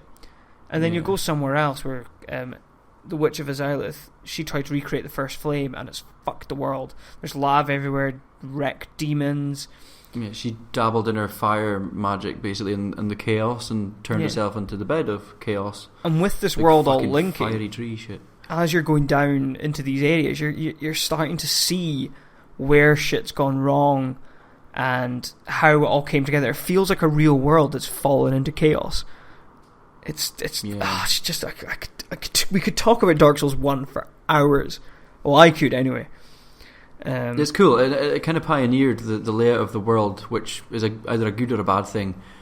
When you play the first one, you go through the motions and you kind of make your way down, and you go through the manky, poisony place, and you come out at the fiery lava place, and you get to this place and that place, and it kind of did the same thing in the sequels.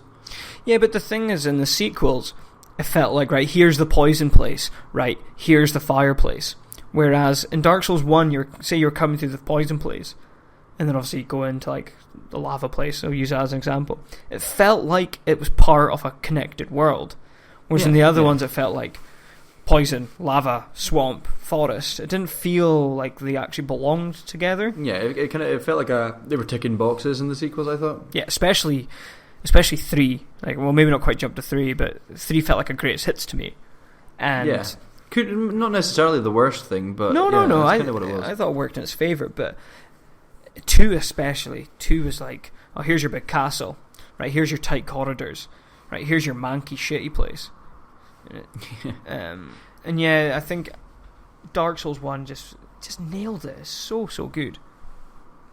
Yeah, the world is pretty special in Dark Souls 1. It's pretty cool. And then you've always got, I still remember, you get these moments in Dark Souls where you feel like you're doing really well, and then something happens and it like breaks you.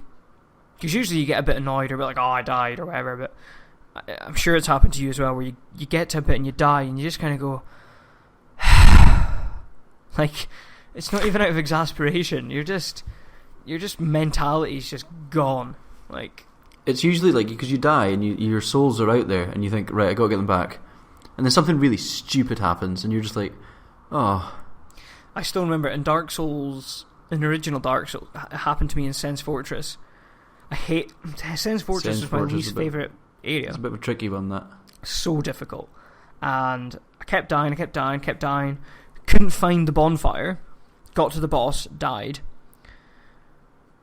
Ran, and then got hit by like the first trap. And I was just... oh big swinging fucking blade gets you in the chin. I wanted to cry. I think I turned it off, actually. Yeah. I was just so upset. But there is times where you just can't handle it. Like, yeah. And then, like, for example, my girlfriend says, "Why do you play games if they torture you?" It's like, yeah, but there's such a sense of accomplishment when you discover a new area and defeat a new boss. Yeah. I think it's funny though, because demons. I don't even think I class Demon's Souls as having the difficulty thing. Like, it was hard. What are you talking about? Fucking Flame Lurker and Man-Eater? No, it was hard, but like, it wasn't something I went, this game's great because it's hard. Which is basically what 50% at least of the people that played Dark Souls did. Yeah, if we want to talk about the community, half of them are cunts. Like, well, if you haven't finished Dark Souls, you're not a real gamer. I hate that shit. That's stupid. Yeah. Bullshit. Dark Souls is really hard, and that's why it's good. Bullshit. Like, these games are good because they're good. I mean, Dark Souls, because Demon's Souls I didn't think like that. I don't think at the time. And in Dark Souls, it was hard. It had its hard parts. Shout out to Ornstein and Smaug there for hard parts. Yeah, they're the men about town. And it's interesting, like that part. I was fucking determined to get Ornstein's armor. Yeah, so obviously, I did like when you're fighting that boss, you have to defeat one of them so that the other one can absorb their power and become stronger, and then you have to defeat that boss. And the second one you defeat is the armor you can get. Yep, and the easier way to do it is if you kill the thin fast guy, because he chases you quicker than the fat guy. He's usually lagging behind. So the tactic is to roll away, stab the thin guy, roll away, stab the thin guy. But our tactic was kill the fat guy, and then the thin guy gets really massive and powerful, and it's really hard. Yeah, it was harder, but it was so worth it because I didn't take that armor off the rest of the game. No, I had it right till the end. I had that with a Great Wolf Sith shield. Yeah, I can't remember what I had now. What did I use? Because sad times. I was really proud of my Dark Souls save, and then I remember I got a new PS3 at some point, and I backed up what I thought was all my games to cloud saves, and I had to wipe it. I can't remember what happened. It makes me so sad. Did you not get a new console? Happened. Yeah, but I can't remember why I had to wipe the previous one. Something happened. I had to wipe it for some reason anyway. I couldn't get the saves back, and I put on my new PlayStation and went to look for my Dark Souls save. It was literally the only save that didn't transfer for some reason, and I lost all that, and I was gutted. I think as well, like we people often talk about the difficulty, the darkness, the harshness, but we can maybe talk about Great Wolf Sith, which is one of the bosses. Yeah, and it has to be one of the most beautiful boss battles in any game. It's so sad as well. He's there defending Artorias' grave, who's a guy who went into the abyss. Is that he or a she? I don't really know. Well, the wolf. Yeah. I think the wolf's regarded as a she, actually. She. Yeah, so Sif, I think Sif's usually a girl in the lore, isn't it? Yeah, so Sif's obviously she's trying to defend this grave from you, but the reason she's trying to kill you is because she's actually trying to protect you from what waits at the end. And then when you get her down to, is it like a 10% health or 20% health? Yeah. She's got this big sword in her mouth, and she just starts limping and crying, and all she's doing is trying to protect her master and also you from what lies ahead. It's such a tragic moment. And the music is so nice, the wee piano song. To be fair, though, when I did it, I didn't see it because I murdered her so quickly. That's hilarious. Yeah, I know, I'm a bastard. But I struggled with it because that's where I remember going that way and getting the. I always made a thing of getting the item that you needed because there's usually a path that you can take if you get enough souls to buy an item, and that was like you went to the forest in Dark Souls 1 and there was the door that you needed an emblem to get through, and it cost you like 20,000 souls or something. So like it might not seem like a lot towards the end of the game, but at the beginning of the game it's quite a lot. And I remember I used to always make a thing of getting that as quick as I could and going down, and then I remember having a bit of a struggle fighting Sif, like to begin with at least. Well, you would. He's one of the Ender bosses. Well, she's one of the Ender bosses. Like, yeah. But anyway, it's a magnificent game, and you know if you haven't played it now, you might never.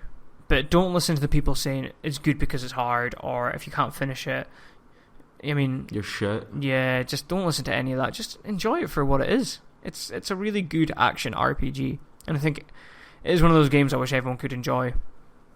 Yeah. Some people just don't, but that's fine. Like some people just aren't for Souls games. Yeah, and that's fine as well. Just that's fine. It's a sense of fucking entitlement, isn't it? Yeah. Fuck off, gamers. Fuck you guys. But yeah, Dark Souls. That was cool. And then Dark Souls 2. So I don't know. Like I never played. I played the beginning 3 times, I finished it. You finished it, so you might as well spurt on a wee bit about this. I mean, it's a sequel in every sense of the word. So Miyazaki wasn't involved in this because, as we now know, he was building Bloodborne for Sony, for PS4. Sony obviously funded Bloodborne. So he supervised, but he didn't guide. Now, the issue with Dark Souls 2, it really does come down to the design and the lack of Miyazaki. They add things like there's more crowd control, there's bigger areas, there's more bosses, but the result of that is that the crowd control stuff feels cheap. A lot of the bosses are just men with sticks. Like, there's one point where there's two bosses you fight very quickly, and one of them's a fat guy with a halberd, and the other one's Ornstein. It's just a crap version of Ornstein. And like, is it actual? Yeah, it's him. It's a unique bosses though, or no. These are full bosses. Right. Yeah. These are full bosses. And there's a few things they added as well. So if you kill an enemy enough time, it won't respawn. The idea is to cut back on the soul farming. It's interesting that, but it's very handicapping, like, for some people. Well, it's because there's one boss I died at so many times, and yeah, the whole thing, the story didn't really feel like it mattered. You feel a bit like a bad guy throughout it. Yeah. Yeah, it's quite boring in places. There's one area you go into and you fight the boss. It's just a giant rat, and then the rat invites you to join a covenant, but that covenant doesn't really do anything. And it feels really. So in Dark Souls, you felt like you were doing something. In Dark Souls 2, it felt like I'm doing it because the game's telling me to do it. It didn't really feel like you wanted to go for any further. And yeah, there's just a lot of points. It's tough in places. It's really easy in other places. I don't want to get too hard on it because it is an amazing game. Like, let's be honest, it's a Souls game. It's a good sequel, but it's by far the worst in the series. Yeah. The NPCs are pretty boring. Bare bones. Yeah, I don't really know what else I can say about it. It lacks a bit of magic and coherence.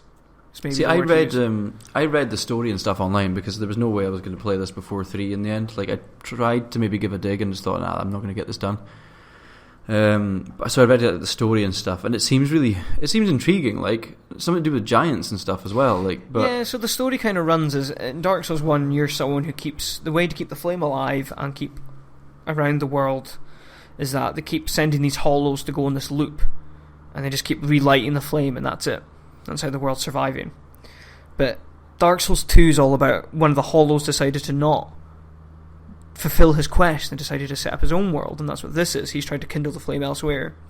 Mm-hmm. So he's invaded the giant's world, and that's now kind of backlashing on him. And I think it's about how the flame goes out and he realises it's his fault, so the king goes to help, and then you have to go kill the queen because she won't relinquish power. I don't know, the story's a bit crap. But there is one amazing Dark Souls moment where you kill a boss, he's like the king's right hand man, and you go down these stairs and there's a huge dark room and it's filled with graves as far as you can see, and the king's there just dragging his sword as a hollow, and it's just so cool. It's just such a cool moment. Cool. Yeah. But there's not enough of them. That's one of the few ones. Like in Dark Souls, you've got Ash Lake, Anor Londo. God, that's great, isn't it? That's the first time you see Anor Londo, the golden city, bathed in sunlight. And that's after Sen's Fortress, and it's just, what a game. What a game. But yeah, Dark Souls 2 just didn't really hit the mark, and apparently the DLC is phenomenal. It really fleshes out the story and stuff, but yeah, that's quite cool. I just didn't care enough to go back to it. Do you know what, actually? I was going to say, one of the things I loved in Dark Souls was that one of the great bows, in the description said that it was a bow used by one of what's his name? Artorias. Yeah. Artorias. One of his 4 knights. Or wait a minute, no, he was one of them. I'm getting really confused with the story here. It's one of the 4 main knights or whatever. Of Gwendolyn. Is it of Gwendolyn though? Yeah, were they not her knights? I don't even know. Basically, Hawkeye Goff is what I was going to talk about. my surname being Goff, and I was like, fucking Hawkeye Goff was one of the 4 knights of somebody, and he actually pops up. I didn't know this until recently. He actually is in the DLC. Oh, right, okay. Like, I didn't know this. I only saw him the other day. I think I looked it up for some reason. And I saw him, and he's like this big, giant guy, and he's like... He was one of the knights of somebody that fucking... Do you know what? I need to look at this quickly.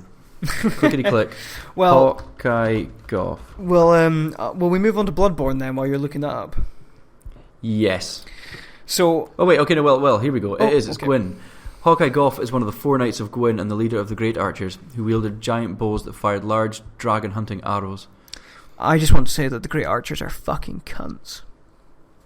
Except for him. Except for him, yeah. You don't fight him. But there's these 2 archers that sit on these 2 really thin bits of walkway and just fucking shoot you off. I know you didn't have a problem with it, but I died. I want to get it out there that was one of those things that I thought people went on about, and I really didn't have an issue with it. Well, I did. Yeah, so 2 sides of the coin there. Yeah. So yeah, Bloodborne again. Well, Bloodborne. Do you know what?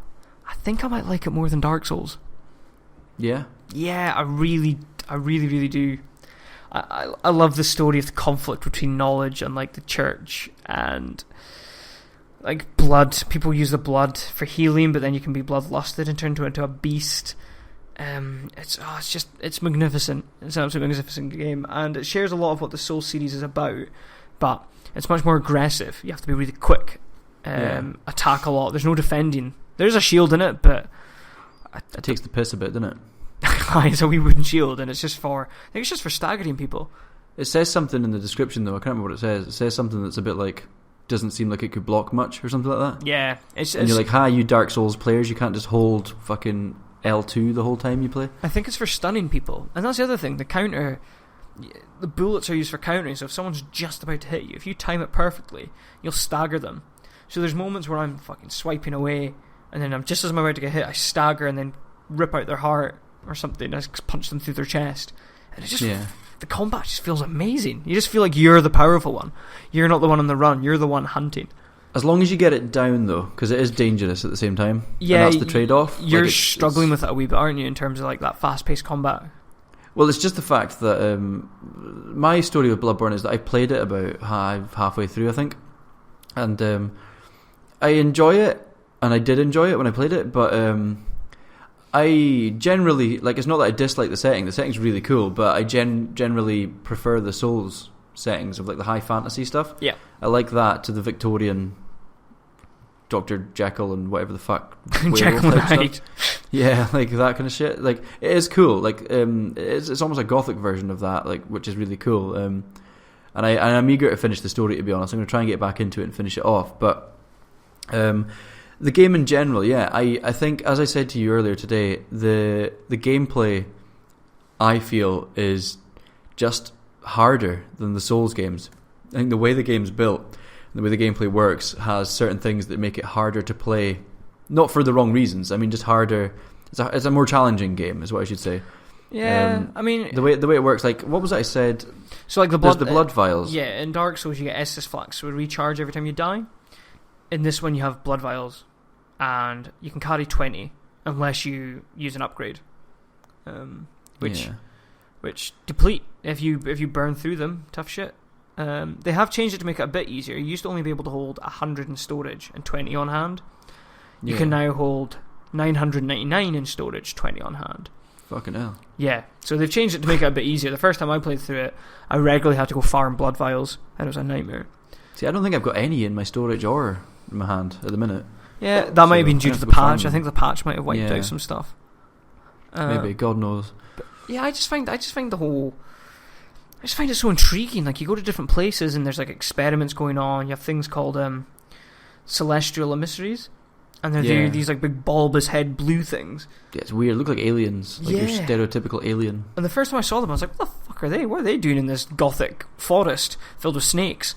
Like, it made no sense. But then the further when you discover where it was, it turns out they're experimenting on people to give birth to what's called Great Ones, and it's with the Great Ones that the hunt ends and basically births a new world. I just love it. I absolutely love it. Cool. It sounds cool, and I do want to finish it for that reason. and there's some really cool moments in it. We mentioned Father Gascoigne earlier. That's a standout little thing towards the beginning of the game. Yeah, so Gascoigne is really the first boss that teaches you need to play this differently from a Souls game. He's fast, he's powerful, but you can also stagger him, and you can also outmaneuver him if you know what you're doing. So yeah, it's great.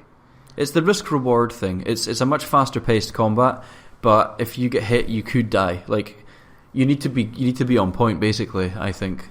Until later on, maybe you've leveled up certain stats, you can maybe take more hits and all that kind of nonsense. But it's one of those things as well. If you get hit, your bar kind of turns orange, and that's how much health you can recover by hitting back. So you need to get in there again, basically. Yeah, it's really dodge, get in, stabber, dodge, stagger, get your health back. You know, there's a lot of risk reward, and I think the combat's just a bit deeper. And, but again, it's all personal preference. I do swither about Dark Souls or Bloodborne, but I do think I prefer Bloodborne. Yeah, that's really cool. Yeah, I've stuck nearly 100 hours into it, and I've still got a wee bit more to do. The DLC, man. Oh, the DLC was nails. I don't think I've nearly burst into tears so easily. Yeah. But it's amazing. Just such an amazing. Oh, it's such a dangerous game, and I'm going to try and get back into it. And Well, I'm like a level 150 now, so I don't think I can help you. I don't know what level I am. I need to check that shit out, actually. Because you get like level caps. So I'm just upgrading every stat to win the cap. But I can now use the Holy Moonlight Sword, which is a Souls special. It's in every Souls game. Yeah, Moonlight Sword. That's a good moment for me. Wouldn't mind getting my hands on that, to be honest. Yeah, but it's just another example of what amazing games he makes. Although they're all in a similar vein, I just got really excited about him doing something different enough. Slightly different. Yeah, it's really cool that he got to do that. Like, I'm happy Sony and From paired up for that. Yeah. That was good. So, I guess now we move on to the most recent and... Yeah, so we've kind of relevant, really. Blazed through where we can, like the backlog of Souls games, but Dark Souls 3 is probably the highlight. We've been wanting to talk about it for a while. You've finished it a while back. I've just recently finished it. Yep. And it spells the end for the series. It spells the end for the series, yeah, as far as we know, at the minute anyway. I mean, I think they didn't rule out that they could go back to Souls games, but it's not happening, basically. It feels part of the Dark trilogy. Like, it really does feel like a full stop. Yeah. Well, it does for me anyway, with the ending. Depends on how you play the game, I suppose. Like, it's funny, because the first Dark Souls... I don't know about the second one. The first Dark Souls and the third Dark Souls, they have multiple endings. Does the second one have multiple endings? Yeah, I think it's got two. Right. Like two original Souls. The Dark Souls 3, there's 3 endings. I think there's 4. Is there? No, there's not. In Dark Souls 3? Yeah. Is there not 3? There's the first one, the standard one, and then there's one where you give your woman the eyes or something, and then let her. That ending can be triggered in 2 different ways. All right, is that the way you're talking? Yeah, okay. So there's 3 endings if that's how you class it. That's how I was saying there's like 4 endings. Oh no! Hold on. Because I've been reading anyway. Like, I read into it afterwards, and right. So there's a variation on 2. Yeah. Right. You can kill her, or you can choose not to, basically. Okay. So, well, I guess we're getting to spoiler territory now for 3. Oh, definitely. Yeah. Okay. What ending did you get? Right. So I think I got the same as you, going by what we were talking about, but I did the Usurper ending. Yes. Which is funny, right? I've got a thing to say about this. I was looking it up afterwards, and people were saying that you can't get this ending unless you follow a walkthrough. But I didn't follow a walkthrough. I mean, I spoke to you. Oh, I didn't follow a walkthrough. I just looked it up after I did it, and I was like, oh my god, I got the hardest ending. I don't even know if I would say it's the hardest, because I kind of just, like... Basically, my reason for following it was because... I didn't know, like, earlier on, but your whole fucking... There's Yol. The Yol fucking guy appears. And I thought 5 levels... Like, I kept getting levels, and I ended up getting 5 levels or whatever from him. That's fair enough. Quick leveling. That obviously, later on, can turn on you if you don't want to be hollow or whatever. But Dark Souls 1, the ending I got in Dark Souls 1 was where I joined with the Dark Wraiths. Yeah, you didn't reignite the flame. You didn't join the flame. Yeah. And I ended up going with Darkstalker Kath, which was like the kind of opposite of Frampt, King Seeker Frampt or whatever. He was like the other guy that was... There was a kind of hidden ending almost, and you went to him with the Lord Vessel, and you did all this shit. You had to do certain things, and then you basically... Yeah, you ended the cycle by becoming... I don't know, it's weird, because obviously chronologically the cycle continues with the canon story. Yeah. But I did that in the first game, and I was really chuffed when in the second game, that's essentially what I did again. Well, this one's a bit different, because... You bring in the Age of the Hollows. You don't extinguish the flame. The Age of Man. Yeah, you don't extinguish the flame or link it. You actually take it for yourself. Yeah. Yeah, it's considered the best ending because it's actually an end to this linking of the fire. You've done it. You've effectively saved the world. I've just read, by the way. Sorry for interrupting, but I can get Yuria's gear because I used her in the final boss. So did I. Oh, you can go get her gear. Is it just sitting where she stood? Yeah. Ah, that's interesting. Yeah, I'm gonna go get that. Cool. I'm gonna go get her Chaos Sword or whatever it is, the invisible blade thing that she had. Yeah. But yeah, like so the whole endings thing, like basically, because I did the same. I was reading up the story and stuff afterwards, and the thing I thought was coolest was that apparently if Yuria dies or you kill Yuria or something, she says something about Kath. So she's clearly working for Darkstalker Kath from Dark Souls 1. Oh God. And that's what made me so happy. I was like, oh shit, that's amazing, because I had the two endings that kind of followed each other. And yeah, basically, I guess you become the Lord of Hollows, and you take the flame for yourself to then usher in the Age of Hollow. Yeah. And the Hollows are apparently, according to Yuria, are like the truest form of man. So I think a Hollow is basically what a human would be. Yeah, you've put an end to the curse. I think is the key thing.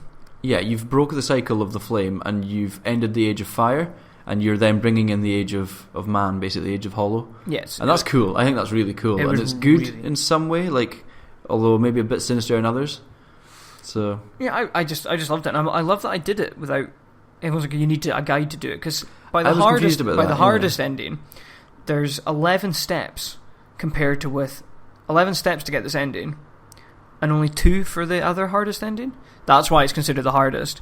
Right. But okay. I think I just played the game the way I wanted to play it, and it worked out. Well, I think it's one of those things, like some people don't search every tiny gap and talk to every person they can, whereas I do. So I don't know if that affected it, because like every time I went back to the Firelink, I would talk to everyone in case they had new dialogue.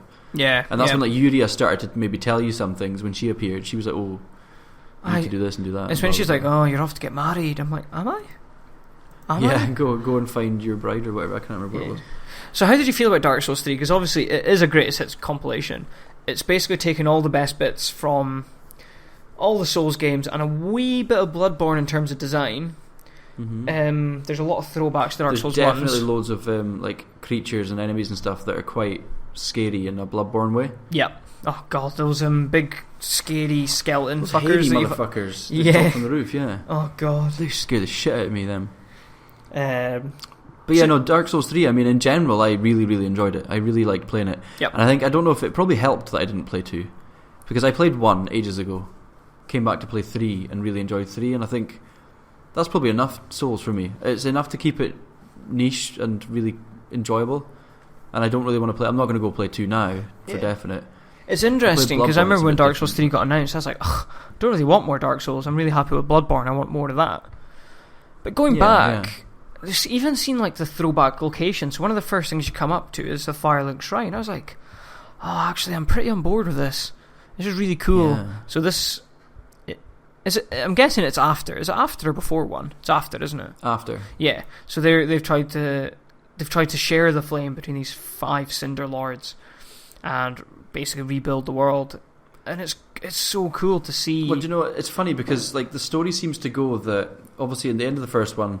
You kill all the lords and you kill Gwyn and whatnot, and whatever your ending is, you basically the standard story would be that you relink the fire and become a lord yourself, kind of. And then that cycle goes on for ages with the lord being like it kind of hints that the cycle goes on and on and on with the fire being rekindled by new lords. So think of this as like way into the future.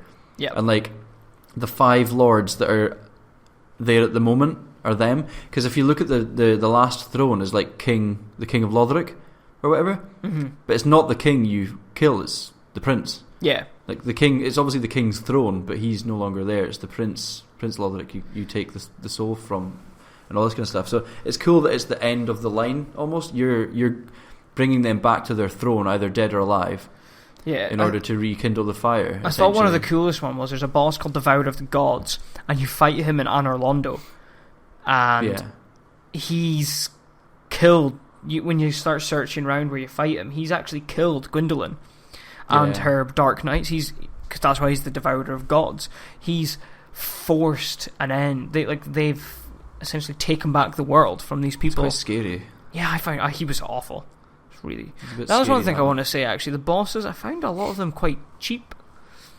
Yes, I think I remember reading this in reviews originally, but it gets to the point where you're like, oh, a new boss, and then you're fighting them and you're going, right, I'm learning this, I'm determined to try and do it first time, as you do, not exactly expecting to, and you're like, oh, I'm doing good, and then all of a sudden they go like phase Dragon 2. Ball, they go phase 2 mode, and you're like, oh shit, okay, and something changes, something blatantly obvious changes, and they've got like a move, and then they just kind of squash it, and you die in one hit, and you're like, oh, what? Yeah, so that's the thing. All that time there. Yeah, a lot of Dark Souls games, although the bosses are hard, they sometimes change, but they never feel cheap. Whereas this feels like, oh, what did Bloodborne do? Oh, Bloodborne had a lot of phases. Let's change it up. But it feels like the bosses were designed by a different team. Like, it genuinely feels... I actually felt like the bosses were sometimes not part of the game. Yeah. Like, they didn't really... Sometimes I felt disconnected from... It's like, here's a boss because you've done a certain amount of stuff. Or you've reached the end of an area, here's a boss. Yeah. Whereas but having said that, I mean, they fit in really well in Dark Souls 1, but if I was to go and play Dark Souls 1 blindly, I don't know how different I would feel they were. If you know what I mean, I don't know, it's hard to say. The gargoyles at the start of Dark Souls 1 is... they piss me off. They feel cheap. Because it's just man-eater, but really early on. Yeah. It's the whole thing when you're fighting one and then the second appears and you're like, oh my god, I was struggling so much with one of them. But then there's really cool bosses, like the Abyss Walkers. Yeah. That's a really cool boss fight. The Abyss Watchers. Abyss Watchers, sorry, yeah. Yeah. It's a really cool boss fight. I like that. That's one of those things that's the best moments, I think, when you're intrigued by something, like, because obviously the Abyss Watchers, you go in and he rises. It's pretty much Bloodborne, isn't it? Like, it's like blood magic or whatever. Yeah. But basically, yeah, the kind of the Watcher rises and you're fighting him, and then he like the second one gets up and you're like, oh shit, there's two of them, and then a third one gets up, and I read into this a bit as well actually, but the third one gets up and he appears to help you. Like, it's really weird. Like, you're fighting these two, and then a third one comes along to help you out. But the job of the Abyss Watchers was to watch out, obviously, for the Abyss and people becoming corrupted by the Abyss. And essentially what happens in that fight is the third one that wakes up, you can see the red eyes of somebody that's been engulfed by the Abyss, which is like a recurring thing in Dark Souls. You come across enemies every now and then that have red eyes, and that's clearly they've been swallowed by the Abyss or whatever. But the third one wakes up and he's got the red eyes of somebody that's been swallowed by the Abyss, and they turn on him. It's almost like we have to kill him as well, and like, so you're kind of in a team almost. It's really cool. Yeah, like, I love that. It's definitely one of the best fights. Definitely. Yeah, it was quite cool. I got to say as well, I was gutted because you fight one of the NPCs later on, Hawkwood. Oh yeah, and he has one of the two weapons you can get from the soul that you get from that fight from the Abyss Watchers. And after seeing him use it, I chose the greatsword, I think, but I really wish I chose the other greatsword because he was doing all the spinny attacks, and I was like, oh, I wish I had that. I'm a halberd man myself. I used the weapon from Gundrax Luthar or whatever his name is. What's his name? Oh, Eodex. Is it? Oh, I don't know. Gundyr. Yeah. Well, it's not his champion Gundyr, isn't it? Yeah. The second time you fight him. It's the main man himself. Yeah. First boss, basically. It's interesting because no, Dark Souls 3, it's the second one. Yeah. It's the second one you fight, the hard one. He's the one. Yeah, that's what I mean. But like, as in Eodex Gundyr is the first boss in the game. Yeah. And then it's like the second version of him later on. It's interesting. Like, one point I thought when I played Dark Souls at the beginning was something that wasn't in fitting with tradition Was in Souls games you tend to, well, maybe not 2 actually either, is it? But in Souls games you come across a boss that you, like right at the beginning, and you fight and you die. Yeah. And then that's part of the learning. Like you're supposed to do that. That's the way it's supposed to go. Demon's Souls, you fight a boss and you get killed and you wake up in the Nexus. Like it's not you go back and try again. Yeah, Bloodborne. And Dark Souls 1's kind of a thing where you're supposed to, like, there's a trick to that one as well where you have to go through the gate but you don't realise. Yeah. Dark Souls 3 is just beat this boss or you can't continue. Yeah, I know. Because Bloodborne. Like, oh my god, okay, I need to beat this guy, and I remember thinking, "Fuck, he's actually quite hard, like to begin with." I thought he was all right, but Bloodborne's got that. It's got a werewolf at the start, and you kill it, you get your weapons, but you can't level up until you kill. You can't level up until you die. Yeah, you're not supposed to kill the werewolf, but you can. Like you really easily, you can. Yeah, but you're gonna die the next thing. You can't. Yeah, you can't do anything until you actually die. It's quite funny. So yeah, I'm really glad you enjoyed Dark Souls 3. I think Dark Souls 3 was cool, yeah. It was the perfect end to the trilogy, I feel. I got a wee bit of criticism for being a throwback, but, you know, I thought it played in its favour a lot of the time. Yeah, like we said, I enjoyed it because of that, I think. Yeah, I think... And like there's a lot of stuff. Returning to Anor Londo was pretty cool. Yeah, I tried to avoid telling you that for a very long time. Yeah, like you come in from a different direction and it's quite... I think everyone goes through the whole... Wait a minute, is this not this stairwell thing? Is this not the tower that... And then boom, Anor Londo, and you're like, oh, for fuck's sake, we're at Anor Londo, and it's dead, basically. Yeah. Like, you go into the stairwells, and it's just covered in ash, like gloopy ash, and you're like, oh god, what happened here? The sun is gone. I know, god, it's dark, isn't it? Yeah, it's really cool, but it's sad, almost. And it is a kind of, this is the end type thing. You know something's going on. Yeah, and where you fight Yorm the Giant, that's where the sin... not the sin, what was it? The Lord Vessel was. Shit, what? You know where the Lord Vessel is?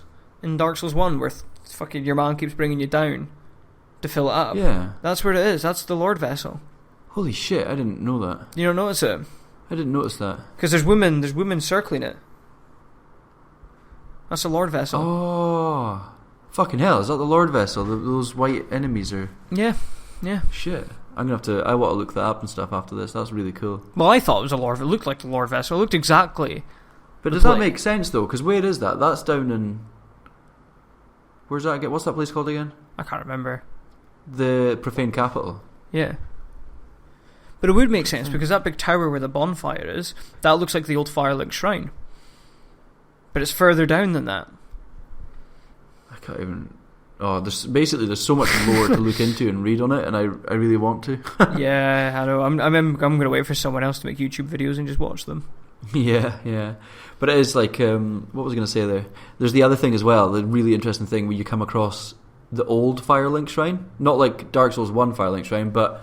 the same version that you are using in Dark Souls 3, but an old version? And lots or is it a new version? Like, it's really strange. It's not ambiguous in time. And there's lots of unopened coffins, so are they the ones that are going to be used next if you just link the flame again? It's really weird. And, like, the shrine wifey, the shrine maiden's there. Yeah, she's like, what are you doing here? And I was reading that, basically, if you manage to go through the game without actually talking to her at all, and then you talk to her in that one, in the Dark Shrine, and then go back and talk to her in the normal one, she says a different piece of dialogue where she goes, oh, it's you, oh, never mind, or something like that. Oh, so that must be really set fucking in the past, weird then. Yeah, because it makes it seem like you're literally going back in time. Oh, like, it's really strange. I don't know, it's so weird, and I love that kind of weird cryptic shit, but it's weird, it's cool, it's strange and it's cool. That's awesome. That's really cool. And there was something weird in there. I was going through, like, you know where Yuria is? The equivalent of that. But I kept hearing a scuffling about. I tried looking it up, and I couldn't find anything for it. But I thought I heard an enemy somewhere. And I didn't find one. I was waiting for one of those big hairy black things to jump out the roof. And just eat you. Yeah. But it never happened, so... Good. Well... But yeah, it's full of all that kind of stuff, and it was a good game. Yeah, it's very good. So yeah, that's I guess that's our thoughts on the Souls series. We could talk for another 4 hours quite easily. Yeah, it's a shame because we could easily have, like, we've kind of skimmed over a lot of stuff, but for the sake of it, cutting it down, we're already just about 2 hours on this one. Yeah, which is breaking our rule. I know. An hour and a half. I know, but there was a lot of news, and obviously Souls.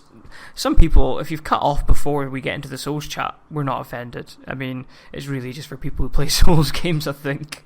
Yeah. But yeah, it's been a lot of fun. So, thanks again, Ross. Yeah, thank you, Stuart. If you want to look us up, we've got a website, www.toofarnorth.co.uk. It's TWO for two of us. We've also got Facebook, facebook.com/toofarnorth. Give us a like, give us a comment, tell us to fuck off, whatever you fancy. Fuck you. Fuck you. Fuck you, Too Far North. We've also got Twitter. I'm Oofststuart, OOFTSTUART. And Roosgoff, ROOSGOFF.